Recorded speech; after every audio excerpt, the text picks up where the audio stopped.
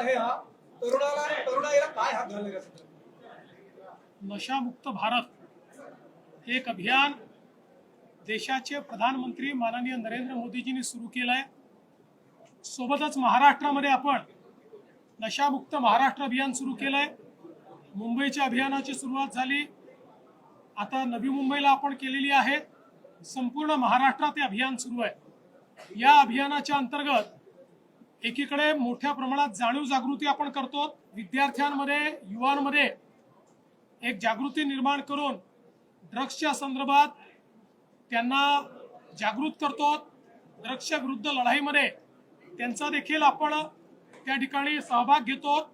आणि दुसरीकडे सरकार देखील होल ऑफ द गव्हर्नमेंट अप्रोचनी या ठिकाणी पोलीस विभाग असेल, आपला आरोग्य विभाग असेल, फूड अँड ड्रग्ज विभाग असेल, अशा सगळ्या 20 विभागांना एकत्रितपणे जबाबदारी देण्यात आलेली आहे. सप्लाय साईडचे बॉटलनेक्स तयार करणं, त्या ठिकाणी सप्लाय कसा कमी होईल, क्रिमिनल्सवर कारवाई कशी होईल, सप्लाय चेन कशी डिस्टर्ब होईल, जे सिंथेटिक ड्रग तयार करण्याकरता केमिकल्स आहेत ते कसे आपल्याला त्या ठिकाणी कंट्रोल्ड आणता येतील, अशा वेगवेगळ्या पद्धतीनं.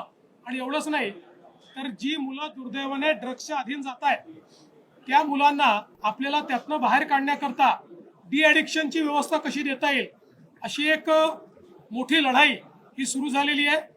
आणि मला विश्वास आहे की आपण सातत्य जर या लढाईमध्ये ठेवलं तर पुढच्या काही काळामध्ये निश्चितपणे आपण या ड्रग्सच्या विळख्यातनं आपल्या तरुणाईला सोडवू शकतो.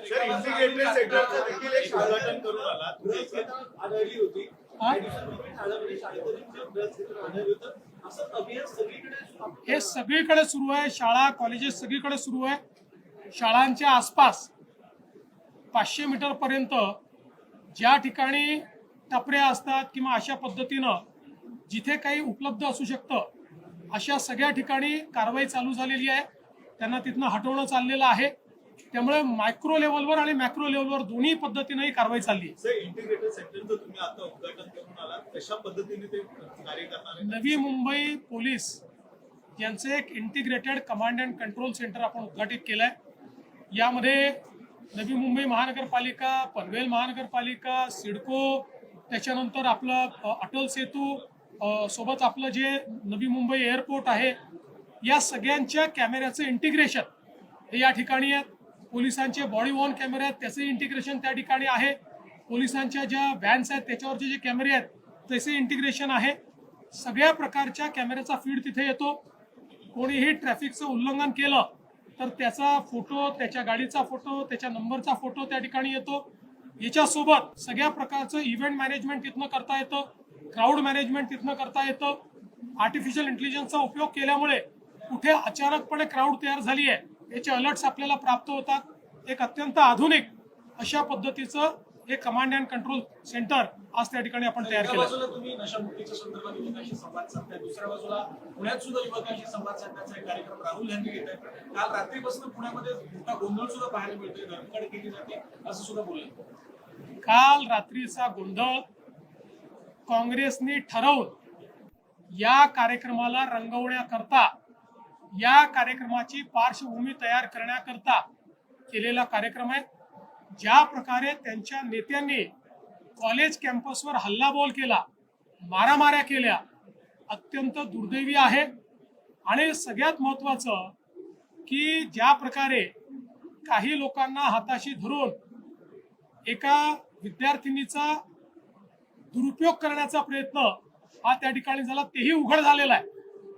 त्यामुळे अशा पद्धतीनं कालचा संपूर्ण जो प्रकार आहे हा काँग्रेसचं इव्हेंट मॅनेजमेंट होतं.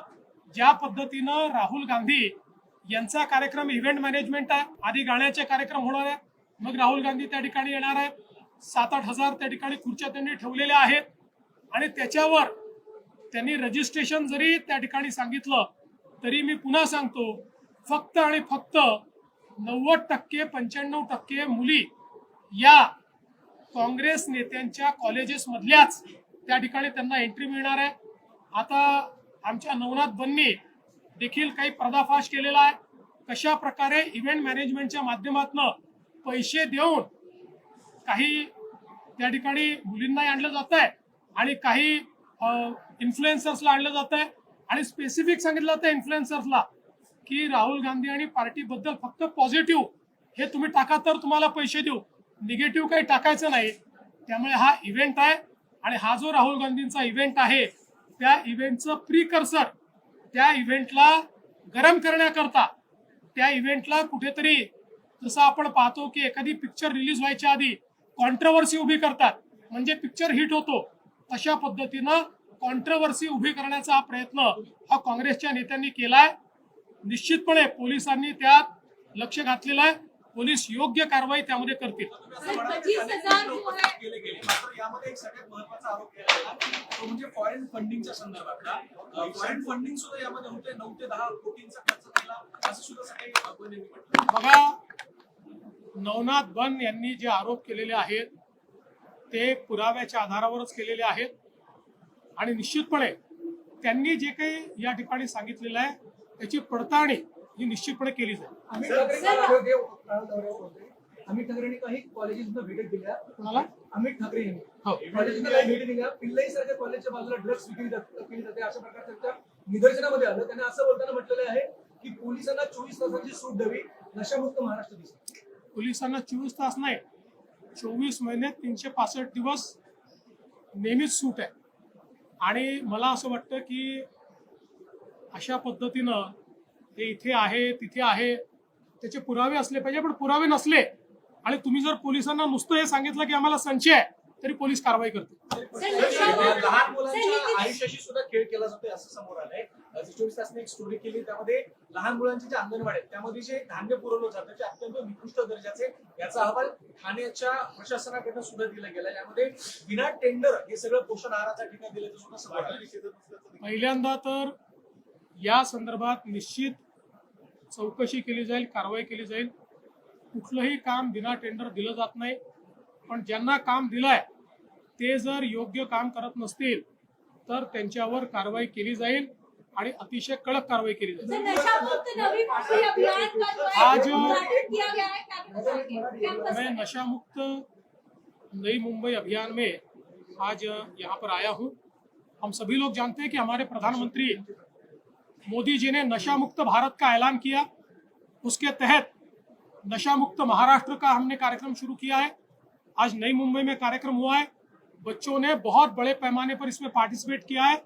अब ये चाह रहे हैं कि एक और पुलिस अपना काम करे, अलग अलग विभाग अपना काम करे, लेकिन उस समय अगर हम डिमांड साइड जागृति नहीं करेंगे तो इसको यश नहीं मिलेगा.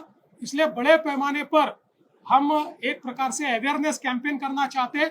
उसी अवेयरनेस कैंपेन के तहत आज ये कार्यक्रम यहाँ पर हमने किया. Sir, integrated CCTV command and control centre का भी आज उद्घाटन किया गया है. नवी मुंबई में जो हमारा नवी मुंबई पुलिस आयुक्तालय है उसने आज integrated command and control centre का उद्घाटन किया है.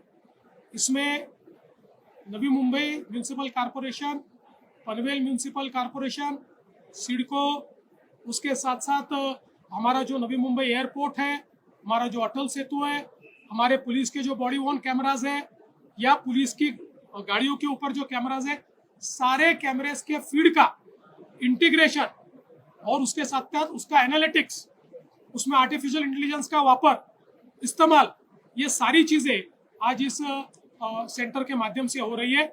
इसके कारण हम लोगों को जो इवेंट्स होते हैं उसमें क्राउड मैनेजमेंट करने में फायदा होगा, क्राइम डिटेक्शन में फायदा होगा, ट्रैफिक वायलेशन में हम लोग कार्रवाई कर पाएंगे. तो एक बहुत अच्छा सिस्टम ये पुलिस ने खड़ा किया. पुणे में राहुल गांधी जी जो है छात्रों की कुछ कार्यक्रम ले रहे हैं, इसमें जो है भाजपा द्वारा आरोप लगाया गया है कि 25,000 रुपए जो है इन्फ्लुएंसर को देकर वहां पर बुलाया गया है. क्या देखिए, राहुल गांधी इनका कार्यक्रम ये मात्र एक इवेंट है. एक इवेंट मैनेजमेंट कंपनी को ये काम दिया गया है. आने वाली जो छात्राएं हैं वो केवल कांग्रेस के जो कॉलेजेस है, जिस कॉलेजेस का मैनेजमेंट कांग्रेस के नेताओं के पास है, वहीं से छात्राएं आए, इस प्रकार से उन्होंने कहा है. और आज तो उनकी पोल खुल गई जिस समय ये ध्यान में आया कि किस प्रकार से इन्फ्लुएंसर्स को पैसे दे रहे, 30-30 हजार रुपए दे रहे और उनको ये कह रहे हैं कि आप आइए और केवल पॉजिटिव दिखाइए, निगेटिव कुछ मत दिखाइए. और साथ साथ इतना ही नहीं, तो ऐसे भी अब मैसेजेस सामने आए हैं कि यहाँ पर बस रखी हुई है, इतने पैसे देंगे, आप 4 बजे से 10 बजे तक वहाँ आइए। ये एक इवेंट है, इस इवेंट को मैनेज करना चाहते हैं। और precursor to this event कल उन्होंने एक और कार्यक्रम किया COEP में, जिस प्रकार से कांग्रेसियों ने हंगामा किया, एक कैंपस में धावा बोला, जिस प्रकार से छात्रों को पीटा। मुझे ऐसा लगता है कि ये इवेंट की ही सोची समझी साजिश थी। जिस प्रकार से किसी पिक्चर को हिट करना है तो कंट्रोवर्सी निर्माण करो, उस प्रकार से सोच समझकर ये कंट्रोवर्सी उन्होंने तैयार की है।